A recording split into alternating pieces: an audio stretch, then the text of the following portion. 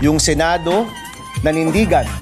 Kahit puro kaalyado, kahit puro kakampi at kamag-anak nasa Senado, nag-decide pa rin yung Senate to assert its independence and to do away with the US bases. Nangyari po yan many times in our history, Mr. President. Kaya palagay ko, yung role ng Senado napakahalaga pagdating sa pagpapanatili ng checks and balances. And Mr. President, marami tayong tungkulin. May tungkulin gumawa ng batas, may tungkulin sa pagbuo ng maayos na budget, may tungkulin ng oversight, pero meron din pong tungkulin pagdating sa pananagutan or accountability. At yun po yung sole power to try and decide all cases of impeachment.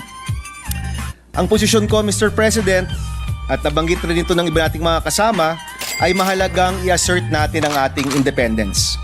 Mahalaga po na itong papel na ginagampanan natin sa ating constitution ay pahalagahan po natin.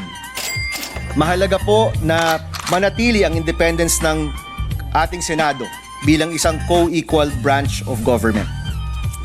Mr. President, posisyon ko rin po na nagsimula na ang impeachment proceedings.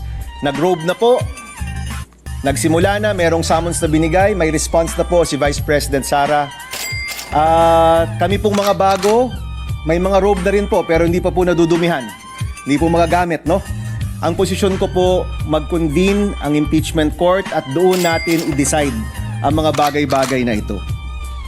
Mr. President, may dalawang bagay rin na nailabas, no? Na hindi pa siguro na pag-uusapan.